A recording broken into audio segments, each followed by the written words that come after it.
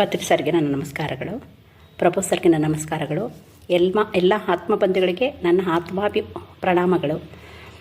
ನನ್ನ ಗುಡಾಕೇಶ್ ಜರ್ನಿ ಬಗ್ಗೆ ಹೇಳಬೇಕು ಅಂತಂದರೆ, ನಾನು ಗುಡಾಕೇಶಕ್ಕೆ ಬಂದಿದ್ದೆ ಸವಿತಾ ಮೇಡಮ್ ಮುಖಾಂತರ. ಅಂದರೆ ಅವರು ವಾಟ್ಸಪ್ಪಲ್ಲಿ ಯೂಟ್ಯೂಬಲ್ಲಿ ಅವ್ರ ಶೇರಿಂಗ್ ನೋಡಿಕೊಂಡು ನಾನು ಬಂದಿದ್ದು.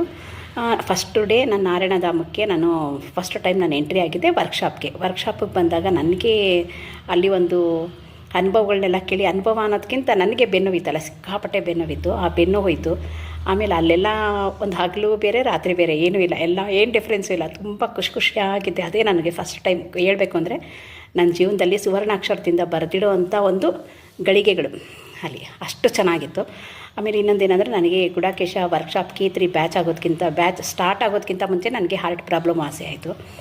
ಆಮೇಲೆ ನನಗೆ ಇನ್ನೊಂದು ಹೇಳಬೇಕು ಅಂದರೆ, ನನಗೆ ಸಿಕ್ಕಾಪಟ್ಟೆ ಭಯ ಎಷ್ಟಿತ್ತು ಅಂದರೆ, ಸುಮಾರು ಒಂದು 53 ಇಯರ್ಸ್ವರೆಗೂ ನನಗೆ ಹುಟ್ಟಿದಾಗಲಿಂದ ಅನ್ನೋದಕ್ಕಿಂತ ನನಗೆ ಬುದ್ಧಿ ಬಂದಾಗಲಿಂದ 53 ಇಯರ್ಸ್ವರೆಗೂ ನನಗೆ ಭಯ ಇತ್ತು. ಆ ಭಯ ಹೋಗಿದ್ದೆ ನನಗೆ ಇದಕ್ಕೆ ಧ್ಯಾನಕ್ಕೆ ಸೇರಿದ್ಮೇಲೆ ನನಗೆ ಭಯ ಹೋಗಿದೆ. ಹಗಲು ರಾತ್ರಿಗೂ ಯಾವ ಡಿಫ್ರೆನ್ಸು ಇಲ್ಲ. ಇವಾಗ ಏನು ಅಂತಂದರೆ, ಒಬ್ಬಳೇ ಕೂತಿರ್ತೀನಿ, ಬಾಗ್ಲಾಕೊಂಡು ಧ್ಯಾನ ಮಾಡ್ಕೊಳ್ತೀನಿ. ಮೊದಲು ಒಂದು ಚೂರು ಏನಾದ್ರು ಕತ್ಲೆ ಅಂತಂದರೆ ಆ ಕಡೆ ಹೋಗ್ತಾನೆ ಇರಲಿಲ್ಲ, ಹೆಜ್ಜೆನೇ ಇಡ್ತಾ ಇರಲಿಲ್ಲ. ಇನ್ನೊಬ್ಬರ ಮೇಲೆ ಡಿಪೆಂಡ್ ಆಗಿರ್ತಾಯಿದ್ದೆ, ಯಾವಾಗಲೂ ಜೊತೆಯಲ್ಲೇ ಇರ್ತಾಯಿದ್ದೆ. ರಾತ್ರಿ ಹೊತ್ತು, ಬೆಳಗ್ಗೆ ಹೊತ್ತು ಮಾತ್ರ ನಾನು ಹುಲಿನೇ, ಅಲ್ಲಿ ಯಾರನ್ನೂ ಕೇರ್ ಮಾಡ್ತಾ ಇರಲಿಲ್ಲ. ಇವಾಗ ನಾನು ಅಷ್ಟು ಖುಷಿಯಾಗಿ ಇದ್ದೀನಿ. ಆಮೇಲೆ ಕೋಪ ನನಗೇನು ಕಡಿಮೆ ಆಗಿದೆ, ಒಂದು ಏನಿಲ್ಲ ಅಂದರೆ ನಾನು 50% ಕಡಿಮೆ ಆಗಿದೆ. ಪೂರ್ತಿ ಕಡಿಮೆ ಆಗಿದೆ ಅಂತ ಸುಳ್ಳು ಹೇಳಲ್ಲ ನಾನು, 50% ಕಡಿಮೆ ಆಗಿದೆ. ಆ 50% ಏನು ಅಂತಂದರೆ, ಮನೆಯವ್ರ ಮೇಲೆ ವಿಧಿ ಇಲ್ಲ, ನಾನು ಕೂಗಾಡಲೇಬೇಕು, ಇಲ್ಲಾಂದರೆ ಕೆಲಸ ಆಗೋಲ್ಲ. ಅದರಿಂದ ನಾನು ಕೂಗಾಡ್ತಿರ್ತೀನಿ. ಹೊರಗಡೆಯವ್ರ ಮೇಲೆ ನಾನು ಅಷ್ಟೊಂದು ಇವಾಗ ಜಾಸ್ತಿ ಇದು ಮಾಡಲ್ಲ, ಡಿಪೆಂಡ್ಸು ಇಲ್ಲ.